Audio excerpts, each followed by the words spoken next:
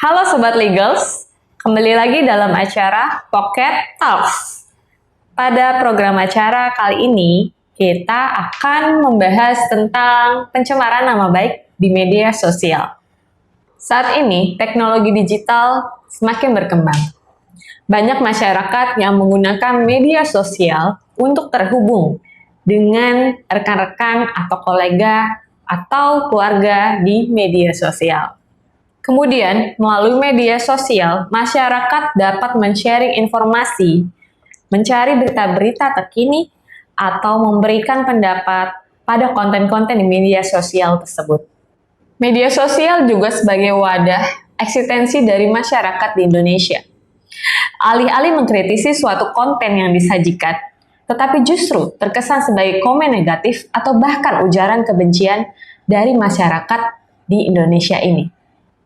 Bahkan, masyarakat di Indonesia yang disebut netizen saat ini disebut sebagai pelaku pengguna media sosial paling tidak sopan berdasarkan jurnal yang tersebar di internet. Namun, Indonesia merupakan negara demokrasi. Masyarakat bebas menyuarakan pendapatnya dengan berbagai cara. Lantas, bagaimana jika ada pendapat atau kalimat-kalimat negatif yang disampaikan oleh netizen yang ada di media sosial tersebut? Apakah tetap dapat ditolerir dengan dalih kebebasan berpendapat? Untuk membahas tentang pencemaran nama baik di media sosial tersebut, kami tim Pocket Legals telah mengundang salah satu mitra lawyers Pocket Legals. Saat ini telah hadir Bapak Orlando Rico Febriansyah SH. Halo Bapak, apa kabar Pak? Alhamdulillah baik Bu. Bapak namanya Orlando Rico Febriansyah, enaknya dipanggil apa nih Pak? Boleh panggil Riko aja Bu. Riko aja ya, baik. Bagaimana tanggapan Bapak terkait pencemaran nama baik di media sosial? Mungkin tadi Bapak sudah dengar ya penjelasan informasi yang saya sampaikan di awal. Oh oke. Di Indonesia mengakui bahwa kemerdekaan menyatakan pikiran dan pendapat secara lisan dan tertulis, kebebasan berekspresi, dan kemerdekaan pers merupakan hak-hak dasar yang harus dapat dinikmati oleh seluruh lapisan masyarakat. Tanpa adanya kemerdekaan untuk berpendapat, masyarakat tidak dapat lagi menyampaikan gagasan-gagasan dan tidak bisa lagi mengkritisi pemerintah. Dengan demikian, tidak akan ada demokrasi. Nah, dari gagasan, berpendapat atau hal yang mengkritisi, yang sifatnya mengkritisi ini perlu diperhatikan. Jangan sampai dianggap sebagai perbuatan melawan hukum. Nah, bentuk perbuatan melawan hukum ini ada yang mengatakan pencemaran nama baik, namun ada juga yang mengatakan sebagai penghinaan. Sebenarnya yang menjadi ukuran suatu perbuatan dapat dikategorikan sebagai pencemaran nama baik orang lain masih belum jelas. Karena masih banyak faktor yang harus dikaji kembali, Bu. Dalam hal pencemaran nama baik atau penghinaan ini yang hendak dilindungi adalah kewajiban setiap orang untuk menghormati orang lain dari sudut kehormatannya dan nama baiknya di mata orang lain, walaupun orang tersebut telah melakukan kejahatan yang berat. Jadi kehormatan merupakan perasaan terhormat seseorang di mata masyarakat, di mana setiap orang memiliki hak untuk diberlakukan sebagai anggota masyarakat yang terhormat. Jadi, nama baik seseorang selalu dilihat dari sudut pandang orang lain, yakni moral atau kepribadian yang baik, sehingga ukurannya ditentukan berdasarkan penilaian secara umum. Oke Pak, apa dasar hukum untuk dapat menjerat pelaku pencemaran nama baik di media sosial? Oke, jadi penghinaan merupakan tindak pidana penghinaan yang dibentuk oleh pembentuk undang-undang, baik yang bersifat umum atau yang bersifat khusus, dan ditunjukkan untuk memberi perlindungan bagi kepentingan hukum. Penghinaan khusus dalam KUHP di mana tersebar di dalam jenis-jenis tindak pidana tertentu. Di luar KUHP terdapat juga penghinaan khusus. Penghinaan khusus di luar KUHP yang kini terdapat dalam perundang-undangan kita ialah penghinaan khusus atau pencemaran nama baik dalam Undang-Undang Nomor 11 Tahun 2008 tentang Informasi dan Transaksi Elektronik. Dalam UU ITE Nomor 11 Tahun 2008 terdapat 19 bentuk tindak pidana dalam pasal 27 sampai pasal 37. Satu di antaranya merupakan tindak pidana penghinaan khusus. Dimuat dalam pasal 27 ayat 3 yang menyatakan bahwa setiap orang dengan sengaja dan tanpa hak mendistribusikan dan atau mentransmisikan dan atau membuat dapat diaksesnya informasi elektronik dan atau dokumen yang memiliki muatan penghinaan dan atau pencemaran nama baik. Tindak pidana penghinaan khusus dalam pasal 27 ayat 3 jika dirinci terdapat beberapa unsur, yaitu unsur objektif. Yang pertama itu perbuatan, yaitu mendistribusikan, mentransmisikan, dan membuat dapat diaksesnya.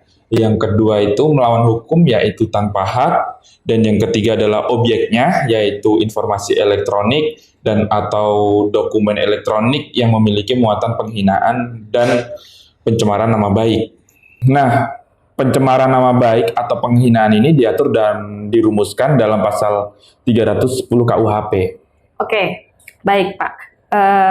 Unsur-unsur disebut sebagai pencemaran nama baik atau penghinaan itu apa aja Pak? Oke, yang pertama adalah dengan sengaja. Yang kedua adalah menyerang kehormatan atau nama baik.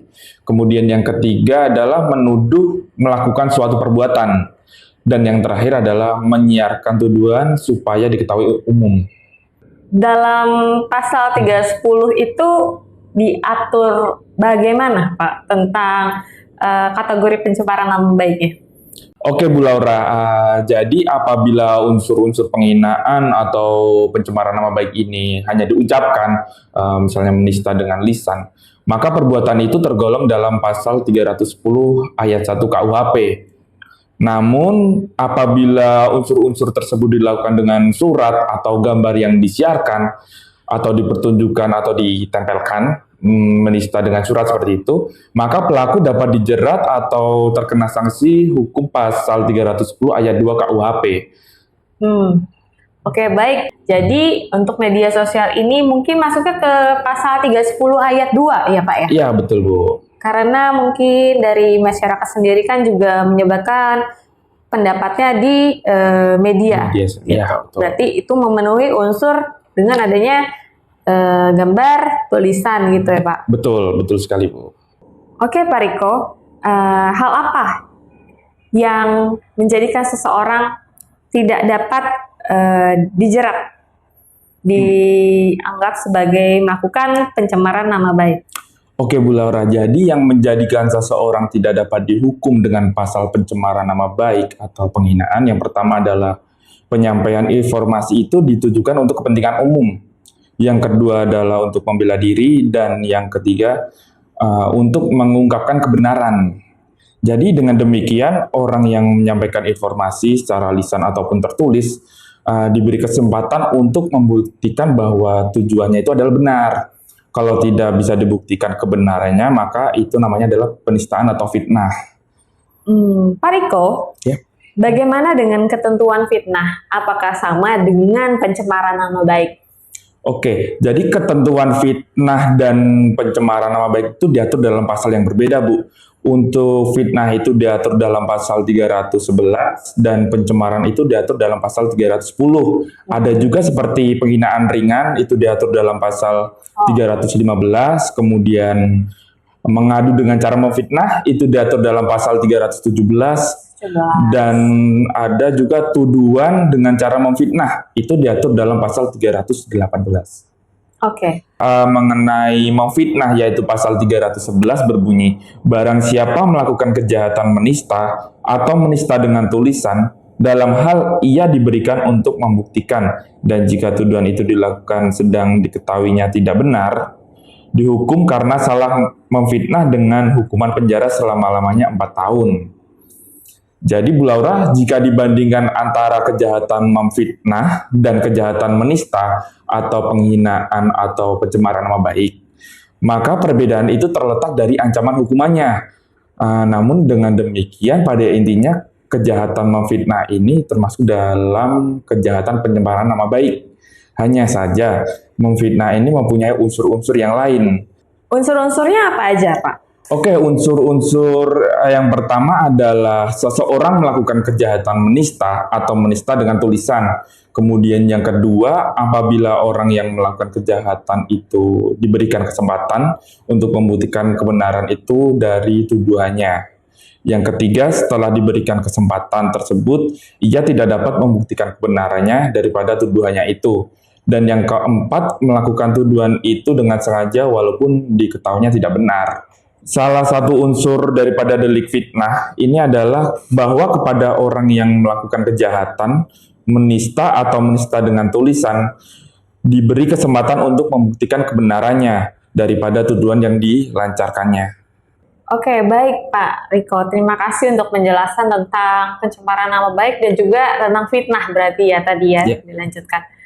Baik Sobat Legals, jadi media sosial yang seharusnya digunakan oleh masyarakat untuk bersosialisasi, membangun jaringan atau networking, dan saling terhubung. Namun pada akhirnya disalahgunakan oleh masyarakat kita. Media sosial menjadi alat atau sarana untuk menyerang kehormatan dan nama baik pihak lain. Selain itu, media sosial digunakan untuk mempermalukan orang lain. Sering ditemukannya ada cyberbullying di setiap komen-komen yang ada di media sosial. Hal tersebut dapat mengganggu psikis seseorang yang menjadi korban atas perbuatan tersebut. Tentunya hal ini tidak boleh dibiarkan begitu saja oleh para pihak-pihak yang terkait atas masalah tentang pencemaran nama baik ini. Dan dari apa yang sudah dijelaskan oleh Mitra Lawyer Pocket Legals, di mana ternyata pencemaran nama baik ataupun fitnah telah diatur di dalam regulasi kita, seharusnya setiap orang harus menghargai dan menghormati harga diri seseorang. Dalam hidup, kita harus mampu memanusiakan manusia. Karena dari setiap perbuatan yang menyimpang terdapat resiko berupa sanksi hukum maupun sanksi sosial yang harus ditanggung oleh setiap pelaku suatu perbuatan. Kami tim Pocket Legals mengucapkan terima kasih untuk Pak Riko yang telah menjelaskan dengan rinci pasal-pasal yang mungkin dapat diketahui oleh masyarakat dan Sobat Legals yang menonton agar kiranya perlu berhati-hati di setiap penyebaran informasi atau pendapat yang negatif. Oke, Pak Riko, terima kasih untuk kehadirannya di studio kita. Mungkin lain kali Pak Riko bisa bersedia ya hadir di studio kita ini untuk memberikan atau memaparkan pengetahuan atau edukasi hukum yang telah dimiliki dari Pak Riko agar teman-teman atau Sobat Legals lebih aware tentang hukum di Indonesia ya Pak ya. Sobat Legals, terima kasih telah menonton acara Pocket Talks kali ini. Jangan lupa untuk mendownload aplikasi Pocket Legals di App Store atau Play Store. Dan jangan lupa untuk selalu like, follow, dan subscribe seluruh media sosial aplikasi Pocket Legals. Pocket Legals, solusi hukum di kantong Anda.